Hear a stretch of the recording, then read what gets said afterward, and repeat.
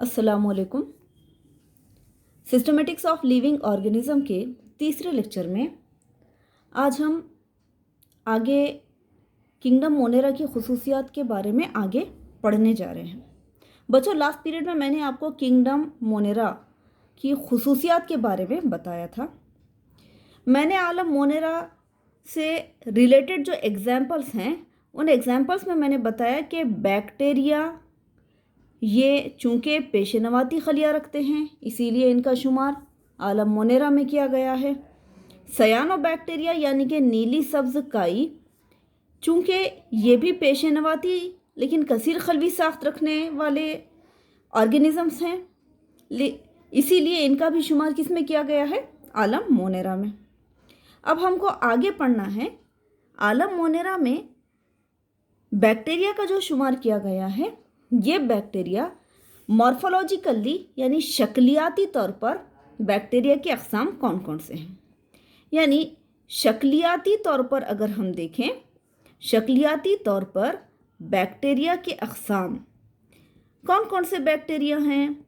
देखिए, आम तौर पर बैक्टीरियल सेल जो कि प्रोकैरियोटिक होता है, वो अगर कुर्रवी या स्फेरिकल शेप का हो, इसको हम बोलेंगे स्फेरिकल या कुर्रवी या दायरवी शक्ल का अगर हो, तब ऐसा बैक्टीरियल यानी शक्लियाती तौर पर इस किस्म का बैक्टीरियम कॉकस कहलाता है। इसको हम क्या कहेंगे? कॉकस कहेंगे। कुछ बैक्टीरियम ऐसे होते हैं जिनकी साख्त या जिनकी शक्ल रॉड शेप यानी सलाखनुमा होती है, और ऐसे बैक्टीरियम बैसिलस कहलाते हैं जो कैप्सूल नुमा रॉड शेप्ड या इसको हम बोलेंगे कैप्सूल नुमा साख्त रखते हैं। तो ये क्या कहलाएंगे? बैसिलस। यानी इस तरह से अगर कैप्सूल नुमा साख्त अगर मौजूद हो तब हम इसको कहेंगे बैसिलस। ये इनकी हरकत करने के लिए फ्लैजेला मौजूद होते हैं। कुछ बैक्टीरियम ऐसे होते हैं जो कि कॉमा शेप्ड या किडनी शेप्ड होते हैं। इसको हम किडनी शेप्ड या कॉमा शेप्ड कहेंगे। कॉमा शेप्ड या किडनी शेप्ड, गुर्देनुमा साख्त वाले, तब ऐसे बैक्टीरियम वाइब्रियो कहलाते हैं। जबकि कुछ बैक्टीरियल सेल ऐसे होते हैं जो शक्लियाती तौर पर इस तरह से लहरदार या पेचदार दिखाई देते हैं। लहरदार या पेचदार दिखाई देते हैं। चूँकि ये पेचदार या लहरदार यानी स्पाइरल शक्ल के होते हैं, ये स्पाइरिलम कहलाते हैं। ठीक है। शक्लियाती तौर पर बैक्टीरियल सेल्स 4 अलग अलग अशकाल के हैं। स्फेरिकल हो तब इन्हें कॉकस कहेंगे। रॉड शेप्ड सलाखनुमा या कैप्सूल नुमा अगर हो तब ये बैसिलस कहलाएंगे। अगर कॉमा शेप्ड हो या किडनी शेप्ड हो तब ये वाइब्रियो कहलाते हैं। लेकिन इस तरह से लहरदार यानी स्पाइरल किस्म के हो तब इसे स्पाइरिलम कहा जाता है। ये तो हो गया शक्लियाती तौर पर बैक्टीरियल सेल के अक़साम। लेकिन अगर हम इर्तिक़ाई तौर पर इवोल्यूशनरी अगर हम देखें, इर्तिक़ाई तौर पर बैक्टीरियम के अक़साम, बैक्टीरिया के अक़साम इर्तिक़ाई तौर पर on the basis of evolution, इर्तिक़ा की बुनियाद पर। इर्तिक़ा की बुनियाद पर इसका मतलब ये है कि इर्तिक़ाई तौर पर सबसे क़दीम जो बैक्टीरियम होते हैं, ये बैक्टीरियम कहलाते हैं आर्ची बैक्टीरिया। क्या कहलाते हैं? Archaebacteria. जबकि दूसरी इर्तिक़ाई तौर पर आर्ची बैक्टीरिया से आगे इर्तिक़ाई तौर पर नमूदार होने वाले बैक्टीरियम यू बैक्टीरिया कहलाते हैं। आर्ची बैक्टीरियम सबसे क़दीम किस्म के हैं। यू बैक्टीरिया, यू के मीनिंग्स होते हैं ट्रू यानी कि सही, ये सही किस्म के बैक्टीरियम। तो आज हम देखेंगे कि आर्ची बैक्टीरियम और यू बैक्टीरियम में क्या फ़र्क है। देखिए, आर्ची बैक्टीरियम, सबसे पहले हम पढ़ेंगे आर्ची बैक्टीरियम के बारे में। आर्ची बैक्टीरियम को यू बैक्टीरियम से दरअसल उनकी खलवी खुसूसियात की बुनियाद पर अलहदा किया गया है। क्या मतलब है? देखिए, आर्ची बैक्टीरियम या archaebacteria, bacteria plural form है, बैक्टीरियम सिंगुलर है। अब आर्ची बैक्टीरियम या आर्ची बैक्टीरिया यानी कि यू बैक्टीरिया से आर्ची बैक्टीरिया दरअसल इर्तिकाई तौर पर सबसे क़दीम किस्म के बैक्टीरियम होते हैं और यू बैक्टीरिया से इन्हें अलहदा किया गया है किस बुनियाद पर? इनकी खलवी खुसूसियात की बुनियाद पर। अब कौन कौन सी खलवी खुसूसियात हैं? कौन कौन सी खलवी खुसूसियात इनमें मौजूद हैं? दरअसल आर्ची बैक्टीरियम एक ऐसे बैक्टीरियम होते हैं जो इंतहाई सख्त माहौल में भी पनपने की सलाहियत रखते हैं। इंतहाई सख्त माहौल का मतलब क्या है? यानी कि ऐसी जगह जहाँ कहीं कोई दूसरे किस्म के लिविंग ऑर्गेनिजम्स मौजूद ना हो, लेकिन उन जगहों पर भी आर्ची बैक्टीरियम बआसानी अपनी अफजाइश कर सकते हैं। चूँकि ये एक्सट्रीम कंडीशन में भी यानी इंतहाई सख्त माहौल में भी अपने आप को बाकी रख पाते हैं, इसीलिए आर्ची बैक्टीरिया को एक्सट्रीमोफाइल्स कहा जाता है। एक्सट्रीमोफाइल्स कहते हैं। क्यों? क्योंकि ये इंतहाई एक्सट्रीम कंडीशन, एक्सट्रीम इन्वायरमेंट या एक्सट्रीम कंडीशन में भी अपने आप की अफजाइश कर सकते हैं या बाकी रह सकते हैं। अब एक्सट्रीम कंडीशन का मतलब क्या है? एक्सट्रीम कंडीशन ये है कि ये बहुत ही ज़्यादा हाई टेम्परेचर यानी बहुत आला दर्जे हरारत पर भी ये बैक्टीरियम बाकी रह सकते हैं, या बहुत ही ज़्यादा सलाइनिटी नमकियत वाले माहौल में भी ये पनप सकते हैं। हाई टेम्परेचर इसका मतलब ये है कि ये आतिशफिशा के दहानों पर भी मौजूद है, तो ये बहुत ही गर्म चश्मों में भी पनप सकते हैं।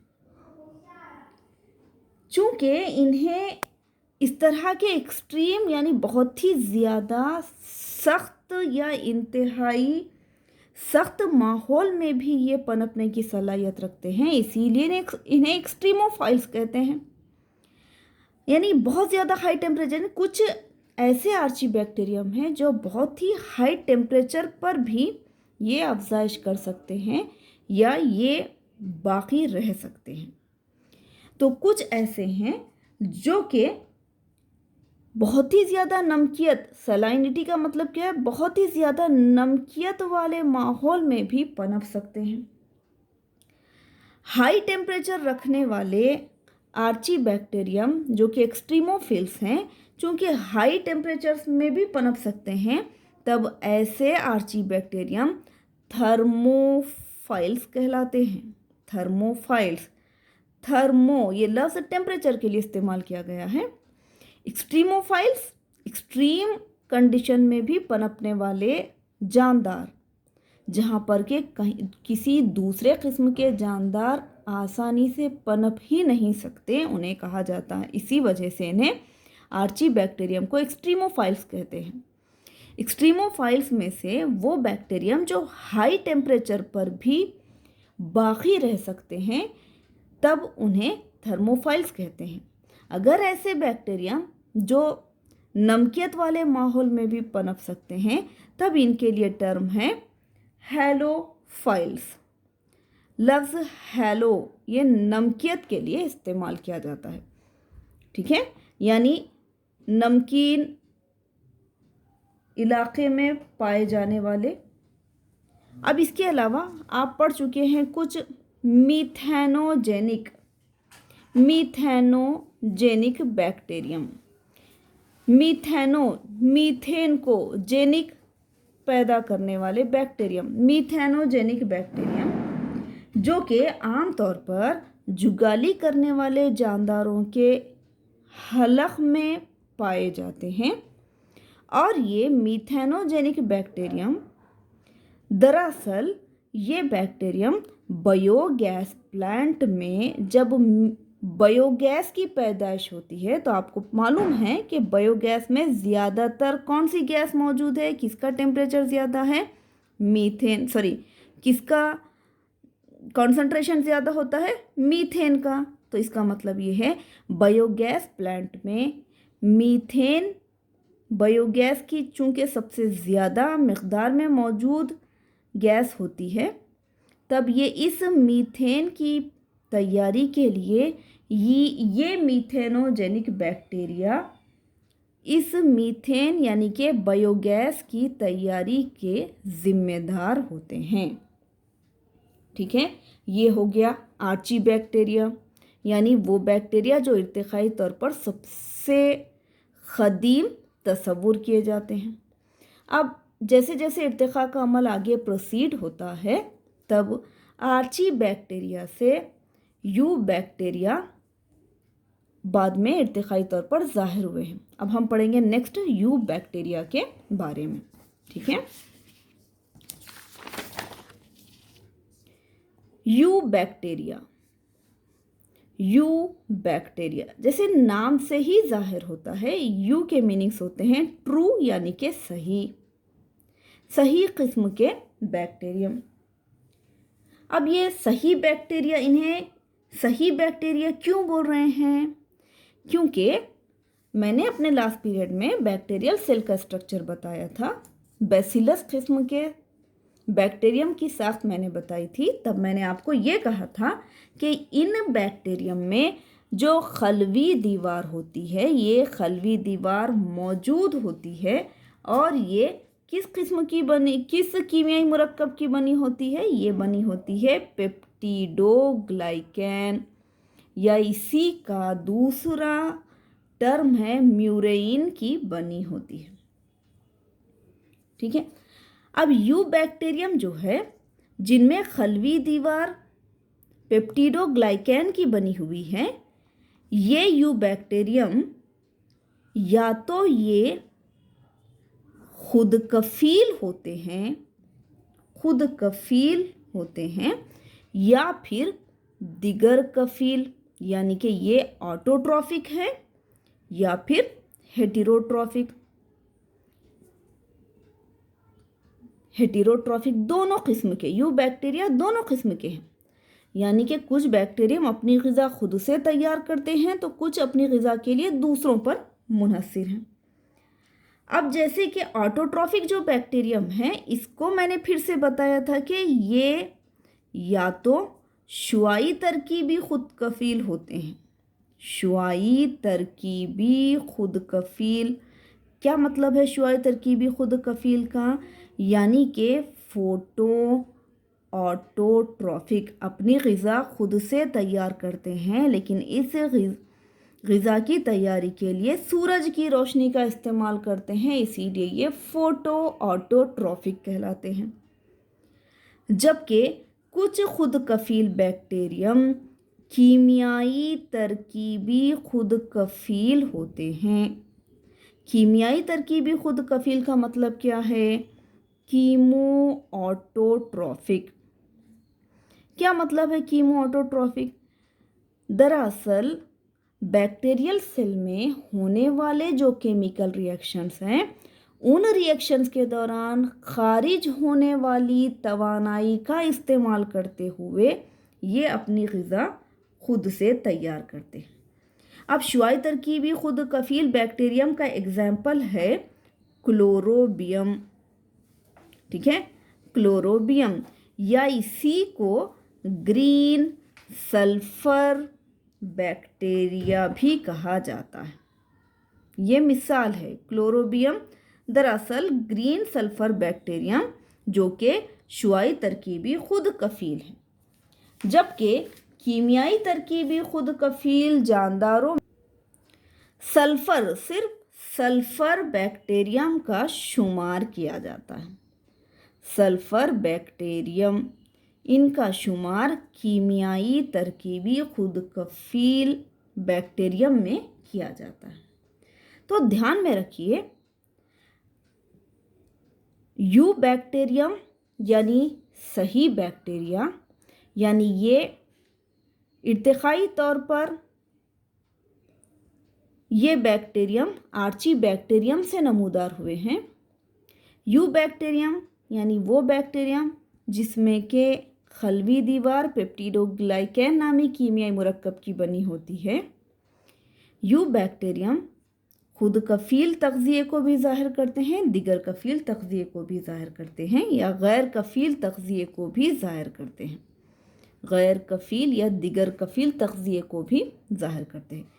खुद कफ़ील जो होते हैं ये या तो शुआई तरकीबी यानी कि अपनी ग़िज़ा के लिए सूरज की रोशनी का इस्तेमाल करेंगे, या कीमियाई तरकीबी यानी कि ग़िज़ा कीमियाई तामुलात के दौरान खारिज होने वाली तवानाई के ज़रिए तैयार होगी। ठीक है, अब हम ये देखेंगे कि जो खुद कफ़ील शुआई तरकीबी जो बैक्टीरियम हैं, ये बैक्टीरियम किस तरह से अपनी ग़िज़ा तैयार करते हैं या इनकी खुसूसियात क्या है। अब इनका एक एग्ज़ाम्पल अगर हम देखें, जैसे कि नॉस्टॉक्स, मैंने इससे पहले ही आपको कहा था कि ये दरअसल साइनोबैक्टीरिया या नीली सब्ज़ काई है, जो कि शुआई तरकीब के अमल से अपनी ग़िज़ा खुद से तैयार करती है। अब नीली सब्ज़ काई, मैंने आपको ये बताया लास्ट पीरियड में, मैंने उसका स्ट्रक्चर भी यानी साख्त भी मैंने बताया था कि ये तस्बीह के मनकों जैसी साख्त को ज़ाहिर करता है, एक रश्तक नुमा जिस्म को ज़ाहिर करता है। तमाम खलियात एक जैसे, लेकिन कुछ खलियात दरमियान में बड़े दिखाई देते हैं जो हेटेरोसिस्ट यानी कि अंबान बजरे कहलाते हैं। अंबान बजरे, ये हेटेरोसिस्ट या अंबान बजरे नाइट्रोजन फिक्सेशन का फेल अंजाम देते हैं। नाइट्रोजन फिक्सेशन यानी कि नाइट्रोजन का तयन करने में मददगार साबित होते हैं। अब ये जो नीली सब्ज़ काई नॉस्टॉक जो है, ये नॉस्टॉक का जो जिस्म है, कैसे मैंने लास्ट पीरियड में बताया था, बीडेड लाइक स्ट्रक्चर, तस्बीह के मनकों जैसी साख्त, लेकिन कुछ खलियात जसामत में बहुत ज़्यादा बड़े दिखाई देंगे दूसरे खलियात से अलग, जो क्या कहलाएंगे, हेटेरोसिस्ट यानी कि अंबान बजरे, जो नाइट्रोजन फिक्सेशन का फेल अंजाम देते हैं। ये रश्तक नुमा कसीर खलवी जो जिस्म होती है, दरअसल ये एक म्यूसिलेजिनस शीट से घिरी होती है, यानी एक चिकनी म्यूसिलेज के बने गिलाफ से ये ढकी हुई होती है। इनमें जो जीनियाती मादा है, ये जीनियाती मादा चूँकि पेशे नवाती किस्म का है यानी कि बग़ैर मरकज़े का है, इसीलिए इनका शुमार आलम मोनेरा में किया गया है। अब ये अपनी ग़िज़ा खुद से तैयार करते हैं, इसकी वजह क्या है, इनके खलियात में chlorophyll A, chlorophyll B, carotenes और ज़ैंथोफिल्स ये इस तरह के शुआई तरकीबी ज़र्रात मौजूद होते हैं। शुआई तरकीबी ज़र्रात, इन शुआई तरकीबी ज़र्रात की मौजूदगी की वजह से ही ये ब्लू ग्रीन आल्गी या नीली सब्ज़ काई यानी कि नॉस्टॉक, ये ताज़ा पानी में मौजूद है, पेशे नवाती साख्त रखते हैं, कसीर खलवी रश्तक नुमा साख्त मौजूद है, पेशे नवाती खलियात मौजूद हैं, लेकिन इन शुआई तरकीबी ज़र्रात की मौजूदगी की वजह से ये अपनी ग़िज़ा photo autotrophic mode of nutrition के ज़रिए तैयार करते हैं। ठीक है, अब हमको दूसरा एग्जाम्पल पढ़ना है, जैसे कि हेटेरोट्रॉफिक यू बैक्टीरिया। यहाँ पर नाम से ही जाहिर हो रहा है कि यानी ये ऐसे बैक्टीरियम हैं जो अपनी ग़िज़ा खुद से तैयार नहीं करते, बल्कि ग़िज़ा के लिए दूसरों पर दूसरे जानदारों पर मुनहसर हैं। तो इसका मतलब ये हुआ कि इनका जो मोड ऑफ न्यूट्रिशन गैर कफील होने की वजह से इनका जो लाइफ स्टाइल तर्ज ज़िंदगी है, इनका शुमार डीकम्पोज़र्स यानी कि तहलील कुनंदगान में किया जाता है। तहलील कुनंदगान, डीकम्पोज़र्स, आप ग़िज़ाई ज़ंजीर के बारे में पढ़ चुके हैं। प्रोड्यूसर्स सबसे पहले मुकाम पर, प्रोड्यूसर्स से ग़िज़ा हासिल करने वाले कंज्यूमर्स को प्राइमरी, सेकेंडरी, टर्शियरी कंज्यूमर्स में तकसीम किया जाता है। लेकिन प्रोड्यूसर्स हो या किसी भी लेवल के कंज्यूमर्स हों, जब इनकी नामियाती जो बॉडी जो ख़त्म हो जाती है तो इस बॉडी का डिकम्पोजिशन यानी तहलील या तज्ज़िया होना ज़रूरी है। तब ये तज्ज़िया यही का यानी पेशे नवाती सही किस्म के यू बैक्टीरियम के ज़रिए होता है। तो तहलील कुनंदगान क्या करते हैं? चूँकि ये गैर कफ़ील होते हैं, ये बड़े पेचीदा नामियाती सालेमात की तोड़ फोड़ या तहलील सादा गैर नामियाती अज्जा में करते हैं। तो माहौलियाती तौर पर इकोलॉजिकल पॉइंट ऑफ व्यू से अगर हम देखें तब ये डीकम्पोज़र्स या गैर कफ़ील यू बैक्टीरियम का माहौल में बहुत ही अहम किरदार होता है। अब ये गैर हवाई भी हो सकते हैं, हवाई भी हो सकते हैं, यानी एनएरोब्स। अब ये एनएरोब्स जो बैक्टीरियम यानी कि गैर हवाई हैं। अब ये गैर हवाई बैक्टीरियम ये बहुत अहम रोल अदा करते हैं हमारी रोज़मर्रा ज़िंदगी में। जैसे अगर हम देखें तो दूध का दही में तब्दील होना, ये रोज़मर्रा की इंसानी ज़रूरत है। तो दूध का दही में तब्दील होने के लिए लैक्टोबैसिली ये यू बैक्टीरियम अहम किरदार अदा करता है। उसी तरह से फ़िज़ाई नाइट्रोजन का तयन करने वाले जो बैक्टीरियम होते हैं, जैसे कि राइज़ोबियम बैक्टीरियम, एज़ोटोबैक्टर, ये एक एग्जाम्पल है। अगर हम ऐसे ही देखें तो हमको ज़िद हयातिया यानी कि एंटीबायोटिक्स की तैयारी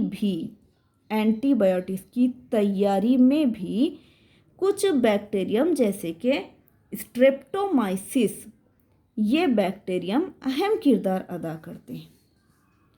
ऐसे ही कई दूसरे बैक्टीरियम भी मौजूद हैं जो गैर हवाई यानी जिनका तनफ़ुस गैर हवाई किस्म का हो, लेकिन हमारे रोज़मर्रा की ज़िंदगी में इनकी बहुत ही ज़्यादा अहमियत होती है। अब इसके अलावा कुछ बैक्टीरियम ऐसे भी हैं जो बीमारियां पैदा करते हैं, यानी जो इंसान के लिए नुकसानदायक हैं, बीमारियां पैदा कर सकते हैं। अब बीमारियां पैदा कर सकते हैं तो हमको मालूम है टाइफाइड है, कॉलेरा है, टीबी वगैरह, ये बीमारियां भी बैक्टीरियम के ज़रिए पैदा होते हैं। जहाँ कुछ बैक्टीरियम अहम किरदार अदा करते हैं तो कुछ बैक्टीरियम बीमारियां पैदा करने की सलाहियत रखते हैं, यानी जिनसे इंसान को नुकसान पहुंचता है। ठीक है, तो इस तरह से आलम मोनेरा से रिलेटेड हमारा टॉपिक कंप्लीट हो चुका है। नेक्स्ट पीरियड में हम आलम प्रोटिस्टा के ताल्लुक़ से पढ़ेंगे। अल्लाह हाफिज़।